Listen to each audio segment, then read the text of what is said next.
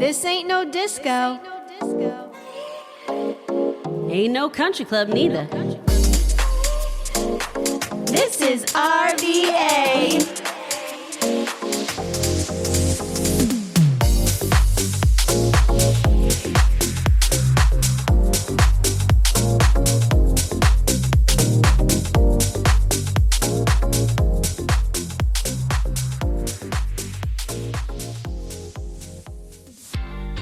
Welcome back, everybody, To another episode of O Lala in RVA. We have a special announcement. We just hit 1,000 followers. That's We right. did, we did. Whoop, whoop. Do not stop, go. Finally. But keep telling other people to follow us and like us and rate us, please, especially on Instagram. Our next goal is 2,000. So let's make it happen, people. And also, thank you so much for getting us there. Oh my gosh, it means Especially a lot. our guest tonight and her hubby, because apparently he was our 1,000th follower. Yes. That's right, last night. We did. What are we going to be talking about on today's episode? So we have Katie Kenyon from Village Green. Cool, and she's Here with doing us. some amazing things for the community in Richmond. Yes. Of course, Big Daddy's going to drop it on us. And on this episode, I'm going to be talking about the recent drama that's been stirring with the Secret Sandwich Society and their buns. Uh-oh. I hope it's better than the Carrie Temple. Oh, it's better. Yeah. It's even juicier. We have some exciting upcoming events, and also I have a few businesses to shout out that I've recently visited this past week. Yes. And then we also have our band of the week. And of course, I also have a business. Ooh. So Let's dive in. let's do it. Today, we're sitting down with someone who's making a real difference in Richmond, Katie Kenyon. Did I say that right? You did. Wow. She is the executive director of Village Green RVA. Katie is all about bringing people together and making sure families have access to healthy food and the support they need to thrive.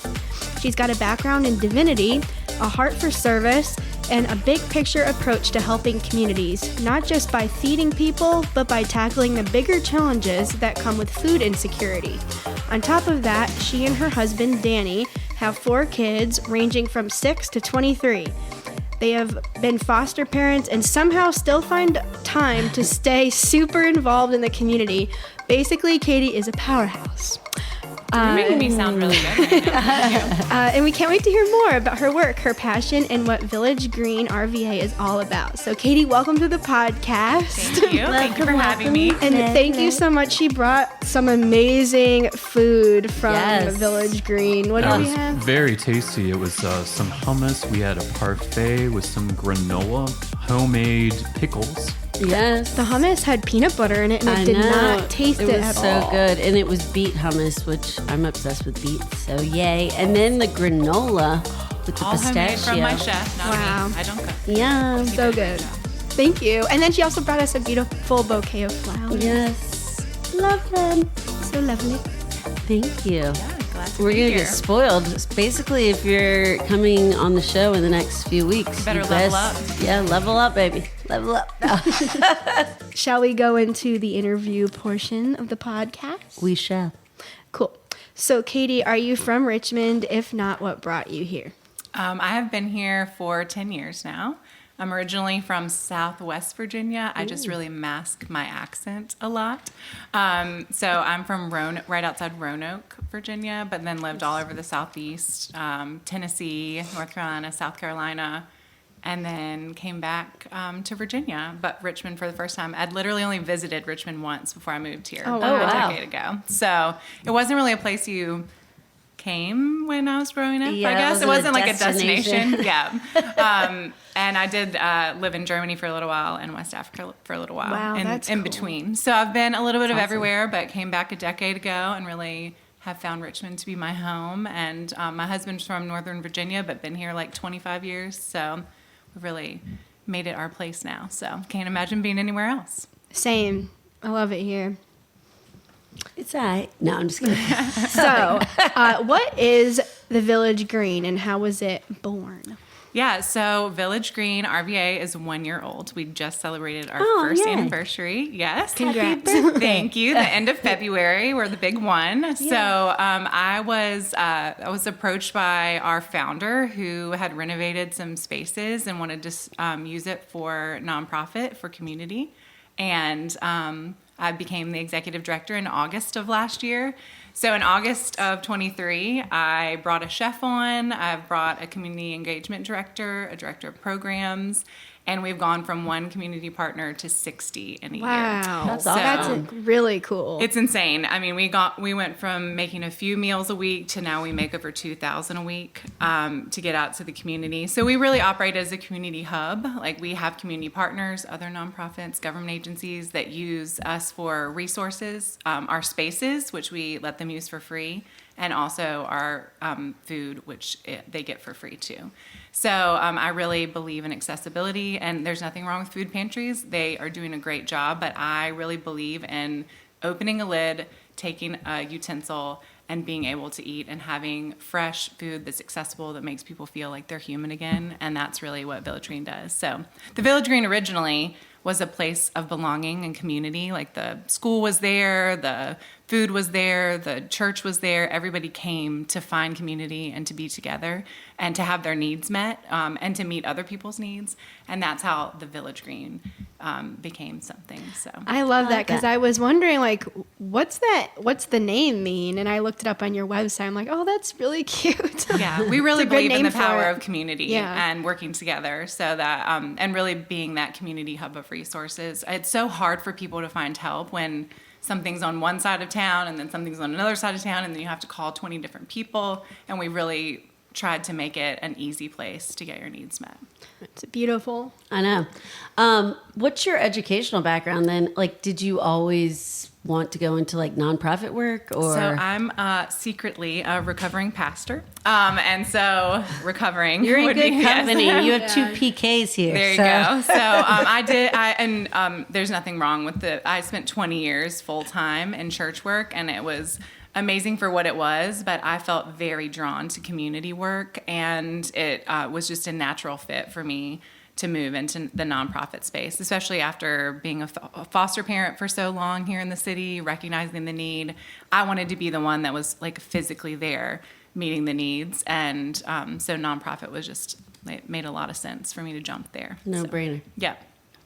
Were you involved in nonprofits before? I know you said you were in the ministry, but was this the first nonprofit? This is the first one I've not volunteered for. I mean, I went from like to 0 to executive 60. director. Yes. That's awesome. Yes, and my husband's in nonprofit. Girl power. Yes, really. My husband's in nonprofit work too, and I like come home at night and I'm like, there's so much more I need to do, and he's like, girl, have you seen what nonprofits do? Like, you've done more in a year than most people do in a decade. But I'm a fast-paced person, so.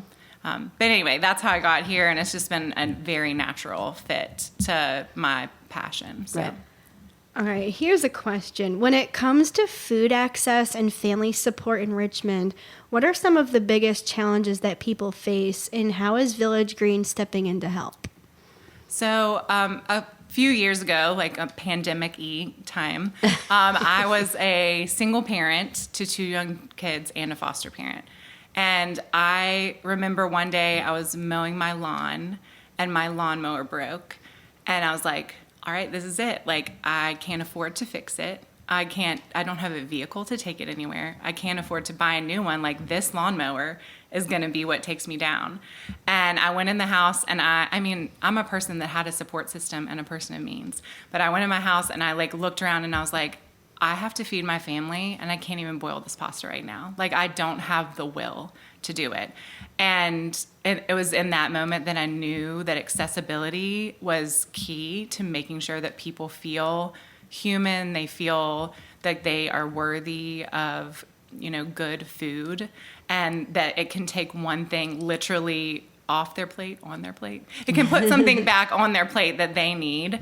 And I feel like there's a lot of good people doing good work in Richmond. There's a ton of people, but the accessibility part is so important to me, because in that moment, if someone had handed me spaghetti, like already made for me to hand to my family, like I could have lived another day not feeling so defeated, and I could have felt that love from my community. And so that's what we try to do every day at Village Green. Right. That's awesome. That's awesome. It's something. So how do people get involved with Village Green? Like, if I needed help, would I just come directly to the property, or how does it work? Like, is there an application process, or? So we work on community partnerships. So we supply other nonprofits and government agencies with the food that the accessible food they need to fill the gaps. So, for instance, one of our closest partners is Real Life. They work with people in recovery. And they come every week. They have 11 recovery houses that need some extra support. So they come every week, pick up food from us, take it to the 11 recovery houses. It fills a gap that they need. And awesome. We really tailor to each individual community partner. So if, for instance, the Departments of Social Services said, we need more support for kinship and adoptive families. And so we created a Kids Night In program just for foster and adoptive and kinship families to get support they need and to get the food they need. So we're really listening to partners and doing exactly what they need to do their job better. That's awesome. So where do you guys get your food from? I guess is the next question. Yes. So we are a Feed More agency, which is amazing, through Feeding America. So we get direct store pickup and the option to purchase directly from Feed More.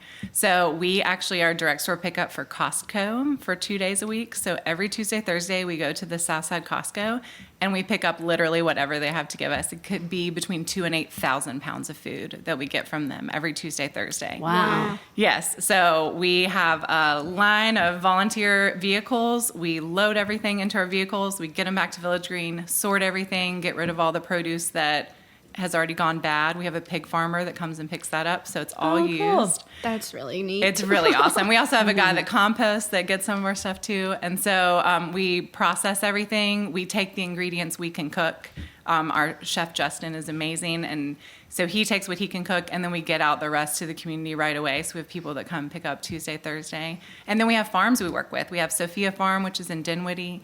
They come and they drop off every Thursday a bunch of produce, and we cook that. And then we can purchase from Feed More at 9 cents a pound for chicken, for example. We can get that so we can fill in the gaps of what is not donated. And then we have volunteers and people that just want to donate and bring stuff to us too.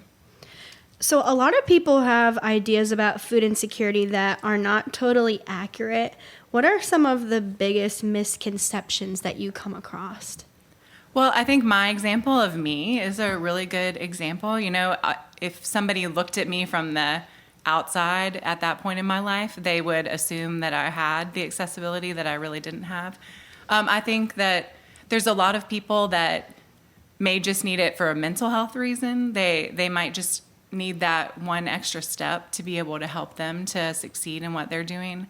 And also there are people that just don't have either the access to a kitchen or the access to even electricity to be able to cook the things that they need.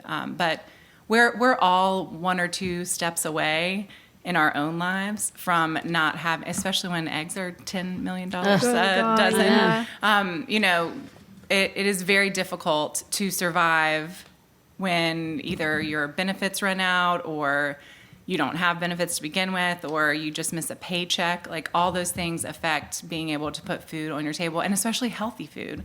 I mean, you can buy ramen for 10 cents or 25 cents, whatever it is now.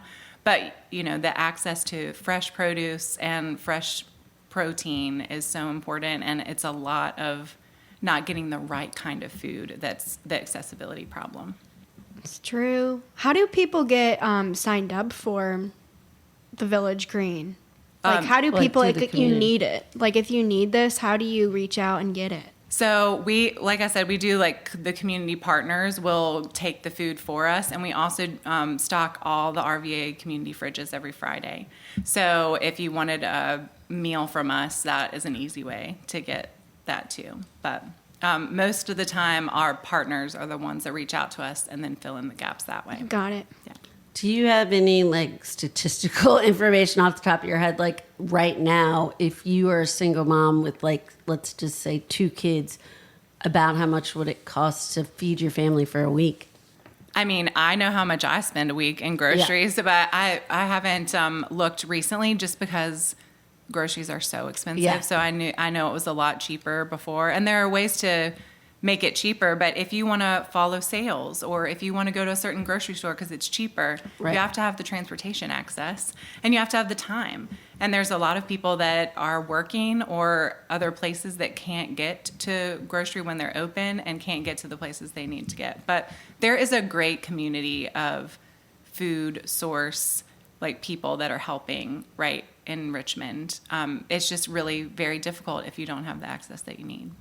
I was going to say, I don't think a lot of people realize that it's like a multi-tiered problem, and, you know, they'll say like, oh, well, just you get food stamps or whatever. You know what I mean? Like, yes, but food stamps are a certain amount, and it's not going to cover, like you're saying, really healthy food. Right. Well, and not to like, you know, go on a deep dive, but it also was there to support certain farmers, and that's how it was built. So you get dairy and you get grains, but you do get ability to get produce and things, but it's very hard to get the things that are nourishing and sustaining that way too. So, and everything is much better if somebody cooks it with love for you. Yes. True. Especially if you're in a bad place. And so that's what we like to do, is make sure that we're giving the gift of food, not just we're giving food.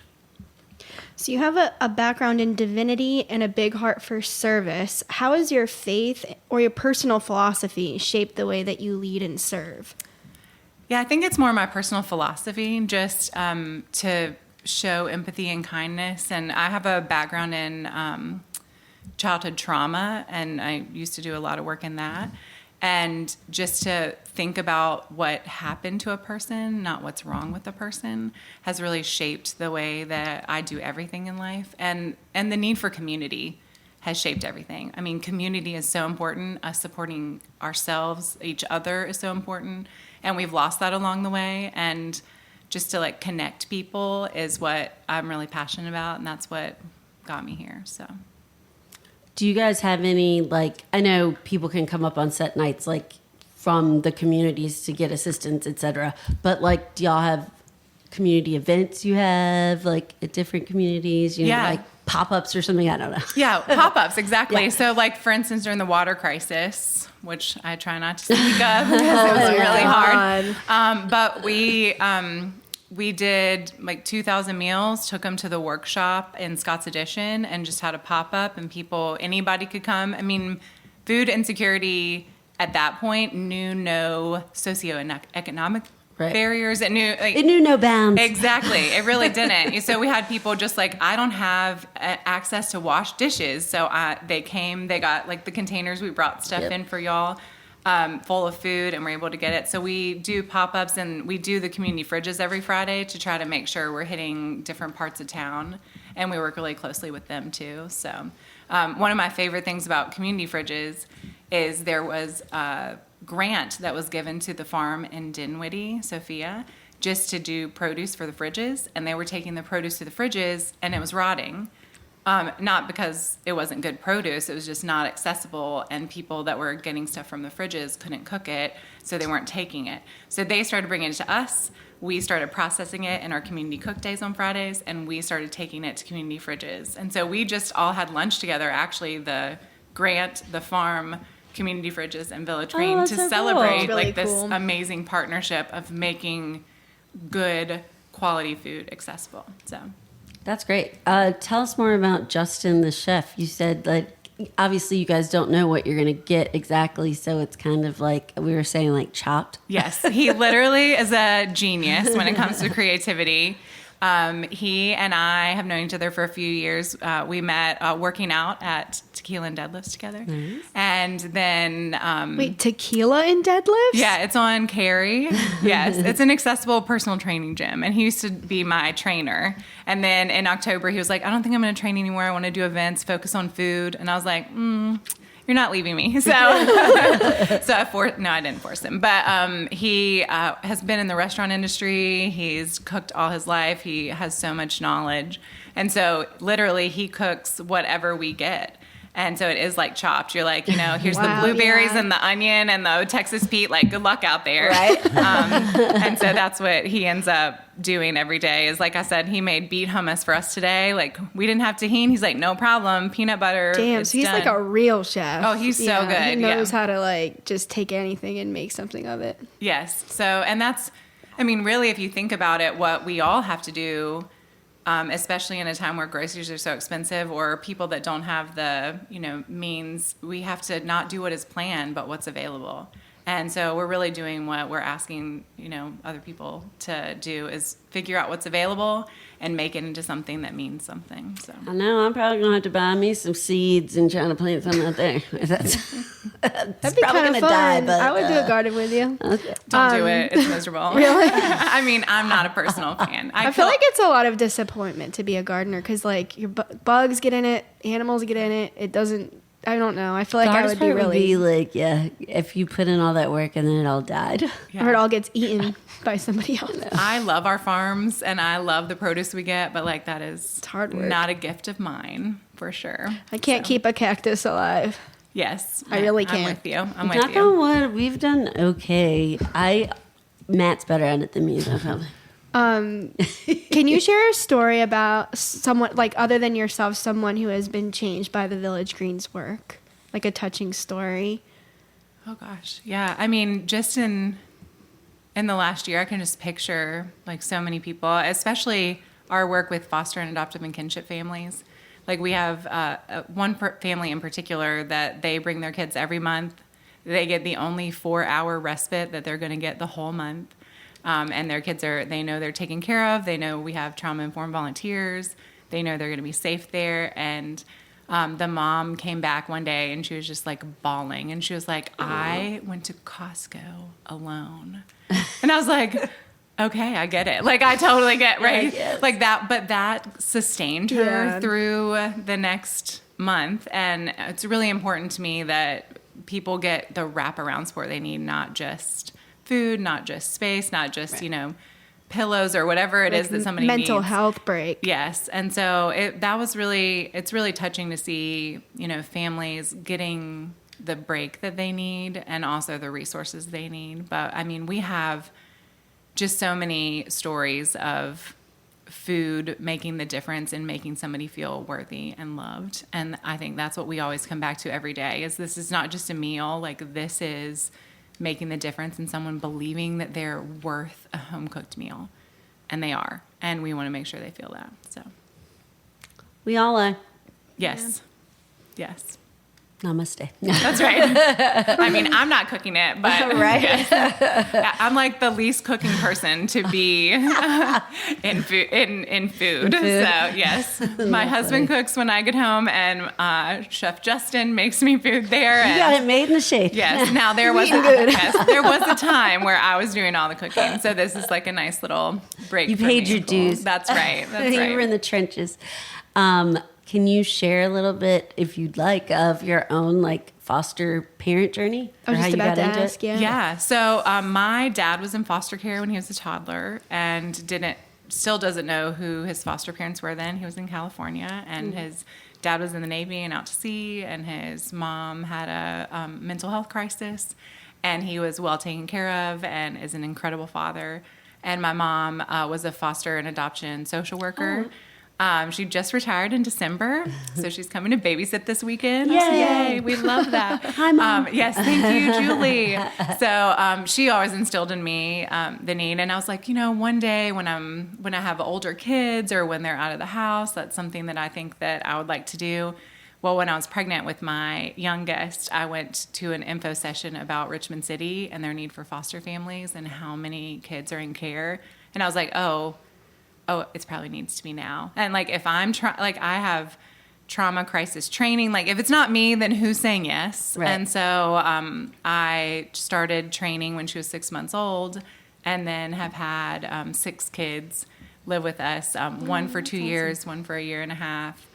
Some like 2 days. It just depends. So, but we've grown our family in really incredible ways through foster care. And then I was divorced and still fostering. Wow. And I had a 3-year-old and a 5-year-old. Oh, wow. I met my husband online, which is another story because I ghosted him like twice through 3 different apps before we finally got together.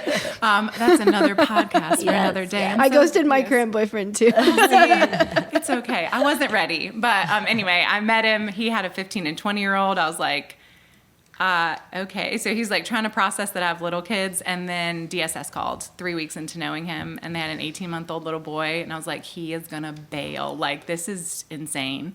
And he came over and helped with bedtime. And he helped me raise Kahim for over a year before he went with his biological dad. And now we do Christmas with them. And like, we're still very good friends.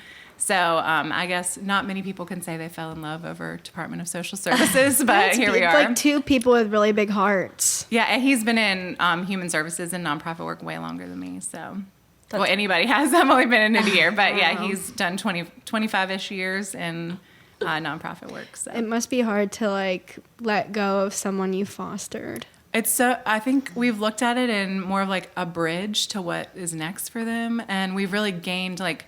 Kahim's dad and I are good friends. Like, he's 24, I'm not 24. So it's been a great experience for us. Like, we're friends now. Like, we spend time together. So I just grew my family in a different way. There was just a different kind of room at the table for everybody.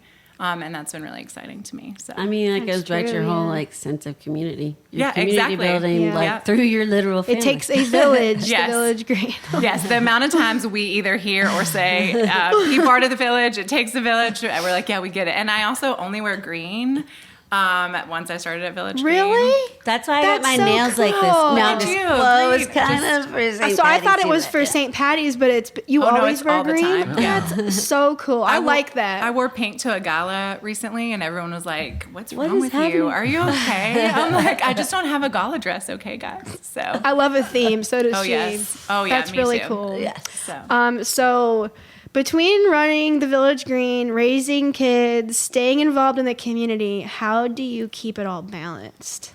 I don't actually know. I don't sleep a ton. Maybe that helps. But I also prioritize fun too. And I mean, I'm a fast-paced person in general, but I truly believe when you're doing the right thing, it all just kind of works out. And it has. Like, you know, we've been able to kind of weave everything together. Like, my kids help at Village Green. They're really good at, you know, all sorts of things there now, packaging, and they got it down. And, you know, we do a lot of community events together, which also helps. And we just prioritize fun, and the rest just kind of falls together. So My heart is like bursting. I know. we also love the flying squirrels. We spend a lot of time there, and that helps our sense of community, but also we're, you know, big Having on the fun. fun too. Yes. Yes. How can people volunteer, become more involved, support Village Green? Yes. So we have cook days every day. So we have a website, villagegreenrva.org. And you can We'll get link it. There you go. Link in bio, as my daughter likes to say, Yes. like and subscribe. That's Link in right. bio. That's right. So we have cooking almost every day. We have Costco sorting, as I said, and pickup Tuesdays and Thursdays. We do the foster adopted kinship kids night ins once a month. So if you like childcare or like hanging out with kids, like we really do have a lot of options for cooking and also being part of our community in other ways. And you don't have to know how to cook. Justin can teach you everything. I know That's so much pretty about neat. salt now, like so much about, like, I don't even know. Like there's like 20 million different kinds of salt. I had no idea. But you don't have to have literally any skill. If I can work in our kitchen, anyone can work in our kitchen. So That's awesome. Yeah. I'm off on Fridays. I'd for love now. to. I'd love to work. And you work get with you can do a community service day. Yeah, Your job is amazing. My job allows like volunteer hours, which is Yes. cool. We get a lot of people that do their volunteer hours with us, and also a lot of people from like healthcare that come, and then the healthcare actually pays us Village Green for their hours, which is like a double Wow. gift, which is Yeah. awesome. But yeah, we also awesome. have corporate groups that come in and do cook days as like team building. And we have like retreats and different things. Justin does a really good job doing like a cooking class, and then all the food goes out to the community. So there That'd are be ways. really fun. there are 'cause I ways. love to cook. I know. Yes, and Fridays are our best day, really, to me, because we do a ton of cooking, and you watch it go from our kitchen to a fridge in like 2 seconds, and so you really see that it's getting out to the people that need it. The whole process. Yes. That's awesome. Well, how can we better support you moving forward? Yeah, well, we love a volunteer. We love a donation of especially things that are hard to come by for us, donation-wise. Butter, heavy cream, half and half milk, shredded cheese or any kind of cheese. We do several hundred sandwiches a week, so we always love a sandwich drop of like lunch meat or something. But I love when people think of me first, because we had someone text me and be like, I have 2 frozen turkeys, can you use them? I'm like, yes. So basically I love like it. anything. 100%. Because Justin can just whip up anything. He can do it. We do have a prompt. That cool prompt. yeah. So if you could host a big community dinner where every guest represents a different element of what makes a strong, thriving community, who would you invite and why? And these can be real people, historical figures, or even fictional characters. Like a dream Yes. team. So I have some ideas here. So first of all, I have to have Dolly Parton there. Oh, and I'm a Tennessee girl. I love Dolly anyway, but her sense of community and access, that would be a great person for me to have there. I also love Mr. Rogers. Oh. And I feel like a cardigan at the table might be fun, you know? I think it could still be fun. So, but his sense of empathy and kindness, I would love to have the table. Michelle Obama. Yeah. She needs to be there. Healthy food, and accessibility, and Loves kids. just her vibe and her arms. I was just about to say Yes. her arms. I want her arms. I'm so jealous of her arms. I also, not a real person, but Ted Lasso. Oh, yeah. Needs to be there, so I'm not the cheesiest person at the table. I need some inspiration. I also want a grandma. Anybody's grandma. A Nana that can throw down a meal that everybody's raving about, but also brings the wisdom. I need someone's grandma. It doesn't have to be mine, but just a Nona. A Nani. We need somebody. A grandma at the table. A gam. That's right. That's Gigi. right. And then I need some sort of kid who's passionate about food. Anybody in the next generation that can really, stand in for the next. And I love kids anyway, but Like a Master Chef Junior. That's right. Or just one that wants to see community. I'm for it. And then the other person, and maybe the last person I want at the table, is that person that stocks the fridge for us. That wants, the unsung hero. The person that wants to do the hard work and see community without really getting any kind of accolade for it, because they're the ones that make us go. So I think if we got everybody at the table like that, we could pretty much solve anything. So. That was really thoughtful. I really like that. That was a great answer. Listen, we got to start with Dolly Parton. I was going to say, side note, I love that because Yeah. one of my favorite quotes is hers. What is it? Now I'm going to flub it because I'm It costs a lot of money to look this cheap. Yeah, look this cheap. damn That's cheap. right. I have it on a mug his mom got for me. I love that. I love her anyway. Appalachia and, that Southern hospitality. And she also has a baking line. So I feel she's probably got some good stuff to bring in. Also, I lived for Stampede food back when, when I was younger. So. And we're going to Dollywood this summer, I'm pretty sure. Yeah, I've never been there. I used to have a season pass. Oh my God. So if you need any tips, they really do have R.I.P. the to her best food. husband, too. Yeah, rest in peace. I know. They were married for 60-some years. Yeah, it was 60 years, I think. Yeah. Wow. Baby, are we going to make it? Maybe. If we live to 100. So, Quick math there. did we already ask how can we follow you on social media? Are you on Yes. Facebook, Instagram? We're on Facebook and Instagram, Village Green RVA. Okay. We put a lot of information out there, so you can always see what's Yay. going on. We also have a newsletter. You can go on our website and subscribe. Oh, that's cool. Get a little note from me every month and all the happenings. You get a recipe from Justin, which is more important. Ooh, yeah. So each month you get a recipe. Does Justin have an Instagram? He does. It's Once Upon a Time, THYME. Time. RVA. Once Upon a Time RVA. And he does a lot of recipes and shows a lot of things on there too. So he also his personal one is Once Upon a Time RVA. We're a Disney real family time? around here. So I love it. yes, Okay. we got a little Alice in Yay. Wonderland theme in our Yes. kitchen. Oh my gosh. Yes. Down the rabbit hole. Yes. His notebook for all of his recipes at Village Green is the "We're All Mad Here" notebook. So I love it. We have a good time. That's We are also all mad here. Yes, you'd fit in just fine. I know, right?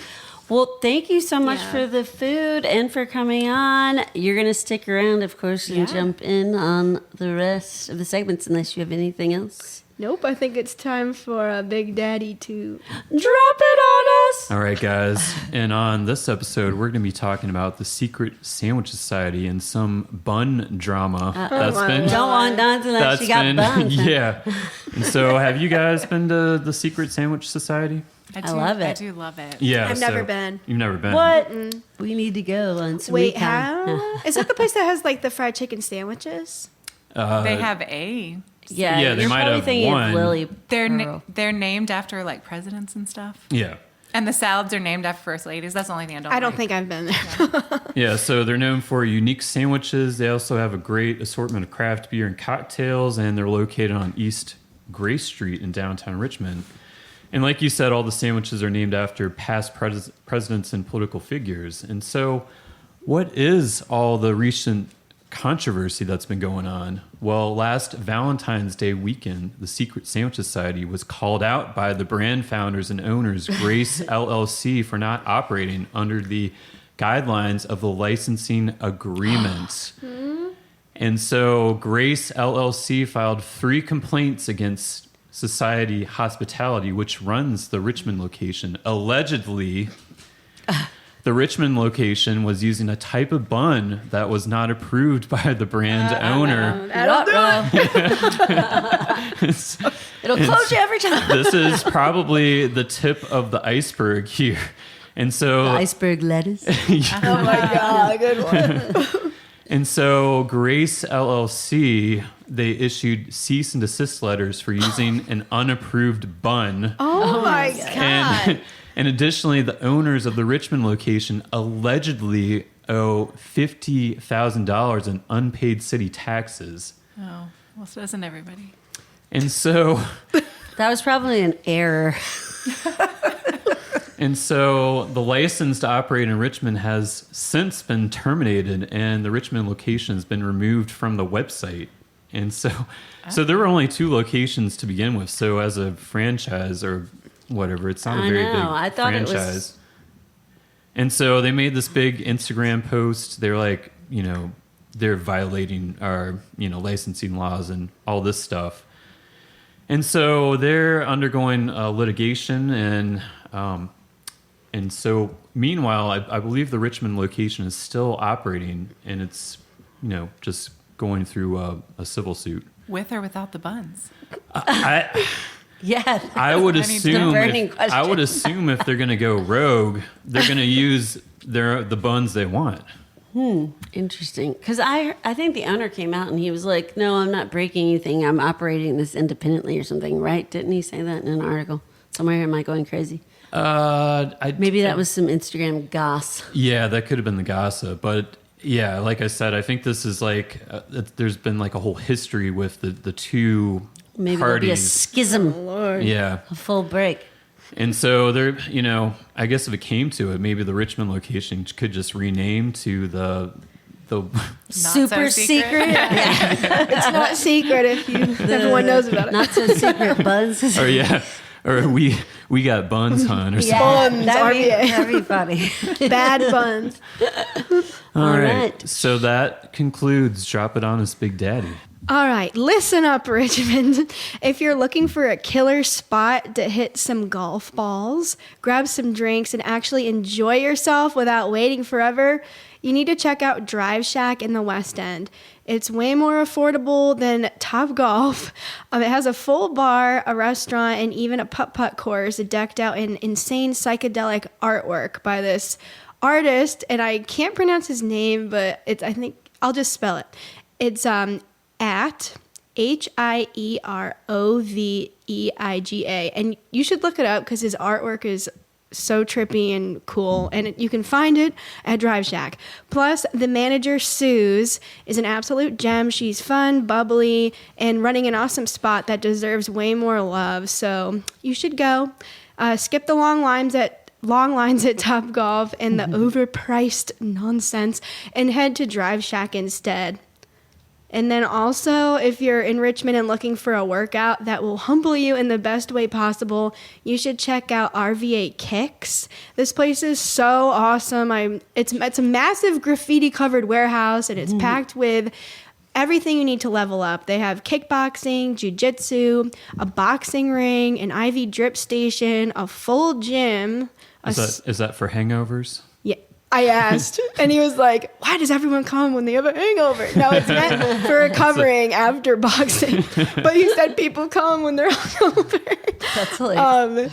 A sauna, and even a cold plunge for when you inevitably need to recover. So huge shout out to my trainer, MJ. He kicked my ass the other day, and I'm so sore, and I was going to go on Saturday, but I feel like I'm still going to be sore. I can barely walk right now, and I'm exhausted. The workout was really tough, but not like I'm going to puke and die tough like I was at Midtown Yoga. The strength hot class. That really got you. I think it was the heat. But if you're curious, they have an awesome deal going on. I think they have it going on all the time. But you can get 5 classes for just $50, and the class is an hour long, and it's a really good workout. That's a really good deal. Yeah. So you should sign up. You should follow them on Instagram at RVA Kicks, and tell them that we sent you, and get ready to sweat. Is that Kicks, K-I-C-K-S, I actually misspoke. It's RVA. It's Kicks Club RVA. Hold on. What is it? RVA Kicks. That's what it's called. RVA Kicks. Okay. And it's kicks as in I'm going to kick you. Okay. Yeah. I didn't know if they're doing some cute thing like the name was already Kicks, taken. I don't know. cereal. Yes. That was a good with an cereal. X, not with an X. Anyway. Also, we're going to have both of them on the podcast. Yes. Stay tuned. We have some upcoming events. So James River Cellars, from Friday the 14th through like a full week, March 23rd, this ends. They're doing a special Girl Scout cookie flight. You can go anytime that they're open, which is 11 to 7, except Sundays, which are 11 to 6. Tickets are $19 plus tax. The cheese tax? Yeah, the cheese tax. No, it's the Girl Scout cookies tax. Oh, okay. Just kidding. Girl Scouts are going to come after me now. But so you pay, and then you get to, they pair like a cookie with 4 different wines that you get to try. That's fun. So you can pre-purchase your flight tickets online now through March 14th to guarantee your spot. After that, walk-ups will be available in the tasting room, and I think we'll be going there in a few weeks because we're going to do karaoke. Everyone should also go check that out on Saturday, March 22nd from 3 to 5. Be there, be square. I'm writing that down. Yes. How much were the tickets for that Girl Scout cookie wine pairing? Did you say? 19. Oh, okay. That's not Plus bad tax. at all. Yeah, plus tax. Well, plus tax, but that's a pretty good deal. I know, that is 4 wines. And last time we went for a tasting, Matt's mom was visiting, and she's not a very heavy wine drinker, and so if you do their regular The tasting was enough? I don't know if they've Yeah. changed it now, but there's one tasting they where gave you like get 12 wines or something. I think it's more than that. Sadly, of course, as usual, I ran into someone I hadn't seen since high school there. Of course. A guy from high school, and I was like, my mom said she had to quote unquote sleep in the car. yeah, she went unconscious now. She blacked out. She has no memory. But it's a good time. So y'all should go check it out. And then, of course, Shamrock the Block returns to Scott's Edition. It's true. Saturday, March 15th on Lee Street between Movieland and Midtown Green. Not to be confused with your Midtown Green. This is weird. They call something else Midtown Green over there. That's just like an area of the sidewalk over near Movieland. They're Village Green, so Oh, yeah, that's true. Sorry, there's I'm too still many safe. greens Brain fart. going around here. Yes. My bad. bring a flask if you're going because the beer lines are insane. That's right. But, Well, the ticket line and then the beer Yeah. line takes Yeah. forever. That's all I did the last time I went. but you get to go for free. No admission charge. the street. There's food, beer, wine, other vendors, music, including mashup and cozy condition. Oh, that'll be good. We had them on the podcast. Yes, friend of show. And also their other band, Be Kind and Rewind, are playing. And then there's an after party at the park from 6 p.m. until close. So check it out. Churchill Irish Festival. That is 2 days. It's March 15th and 16th, 10 to 6 p.m. each day. It's not, well, it technically is free, but they highly recommend a $5 donation, which, come on, y'all can cough it up, right? Or pay for someone else. Do a good deed. They'll have Irish coffee, beer, Irish and Scottish dancing, Celtic vendors, Hilltopper 5K with local celebrities such as Matt and myself.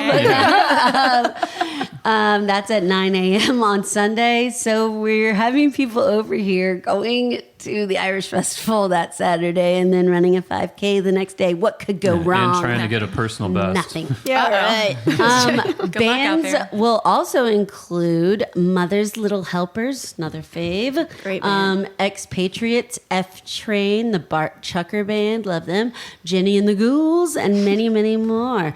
You guys can go to Insta and just look up Churchill Irish Festival RVA. They have the full band schedule up there, and dancing. There's always like little kids dancing a jig. It's really fun. I love the Churchill Irish Festival. And then they do the head shaving to benefit St. Baldrick's. So. Oh, and they have a free shuttle. Did you mention that? That's right. Be there, be square. Yes, Take the because shuttle. parking. Please take the yes, shuttle. please And take the shuttle. There's always like a bishop that walks around. Like, I got a Oh picture yes, of I've him. got lots of drunken pictures of me and St. Patrick in quotes. He might have pinched my ass once or twice. really? So should I have a word with him? Yeah, you're gonna beat him with a shillelagh next time you see him. Oh my God. And there's a soda bread tent every time. And I remember when you know who and I were dating, we like ate like so many samples of the soda bread. Yeah, it's so good. Basically, Drunkenly. it's one of the best festivals Richmond has to offer. So you should go. And it's in my hood. But anyway, I digress. Moving on to Band of the Week. All right. So the band of the week. Get excited for this one. It is the Hambiscuits. Oh, yay. And so who are the Hambiscuits? Well, they are a jazz soul blues band hailing from Richmond, Virginia, that are influenced by artists such as Mava Wright and John Boot. We interviewed one of the bandmates' sons, Yes, Tim. The snake boy. The Snake Man. The snake man.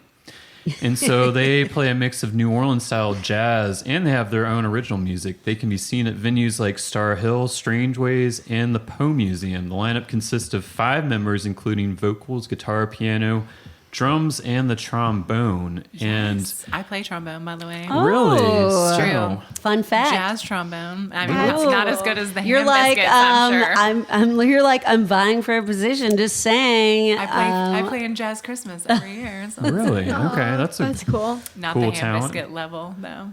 And so the next show will be at Bryan Park Bar and Grill on Tuesday, May the 6th. So check them out. They're really good. It's the day we leave for Italy.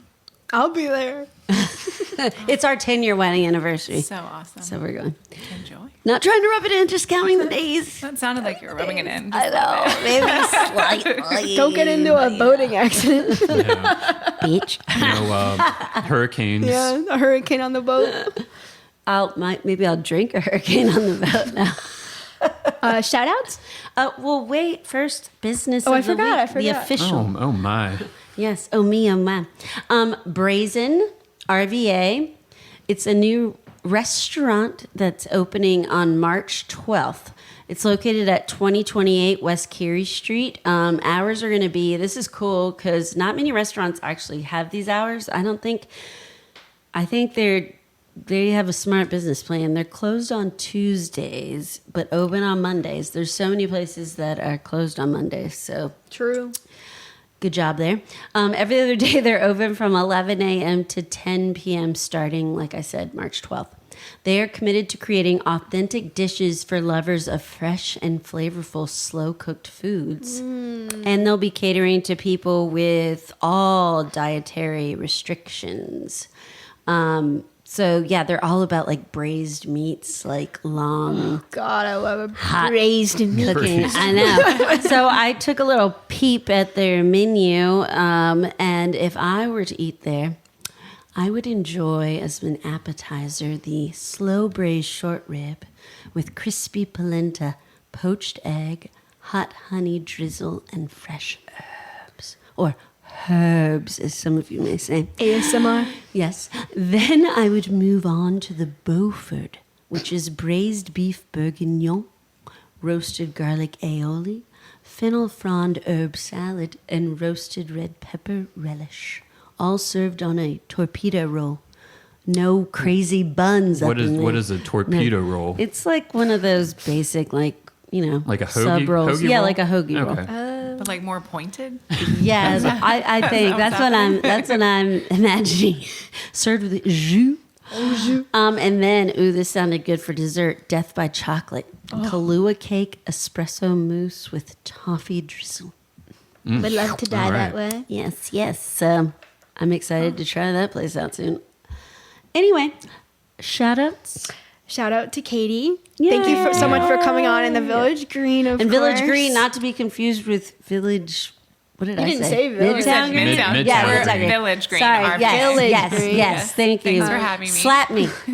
Shout out to all the places that Katie mentioned, like Real Life, Feed More, Sophia Farm, Community Fridges RVA, Justin, the chef of That's right. Village Green. Once upon a time. Yes, Once Upon a RVA. Time, as in Time. THY. That's right. Fine. shout out to Tequila and Deadlifts I know. that I have to check out. Oh, yeah. The Verdant Lady, the Secret Sandwich Society, RVA Kicks, Drive Shack, and Tim the Snake Charmer. Of course, to Brazen RVA. I'd also like to give a shout out to the Churchill Association for helping to organize the Irish festival each year, St. Baldrick's. What else? Matt. All right, so I've got 2 shout outs, and first and foremost, Boulevard Burgers and Brews. Ooh, they yeah, they're have reopened. Open again. now reopened, and of course, you might have guessed from the name, they're located on Arthur Ashe Boulevard. And so they have been closed since 2024, since a car crashed into the patio and the restaurant.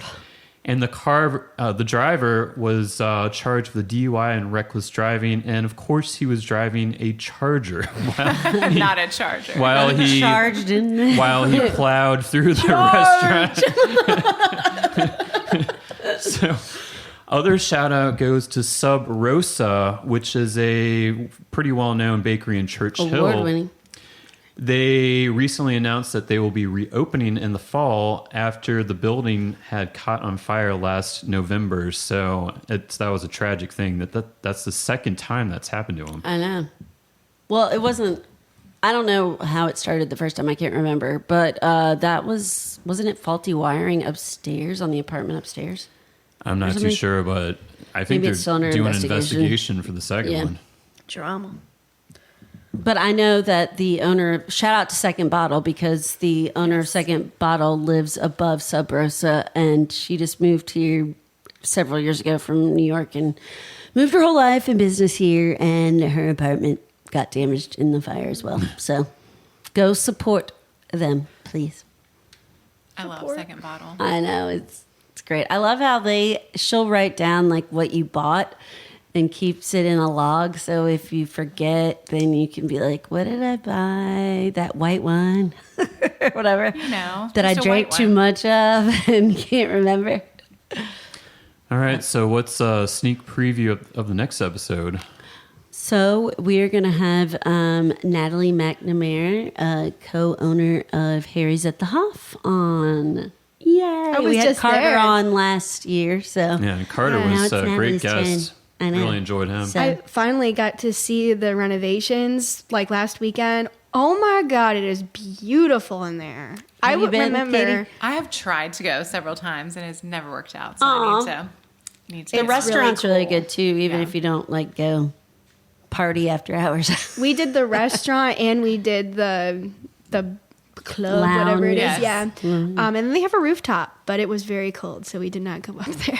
It's the rooftop I think I've tried to go to, and every time it's like closed for a private party. And I'm like, no, Yeah. I just want to. I remember going there when it was like not the way it is now, and it was like a ratchet club. But I like those kind of places too, but it was way different. It's a different vibe now. Classy. Before we end the episode, Katie, do you have anybody you want to shout out?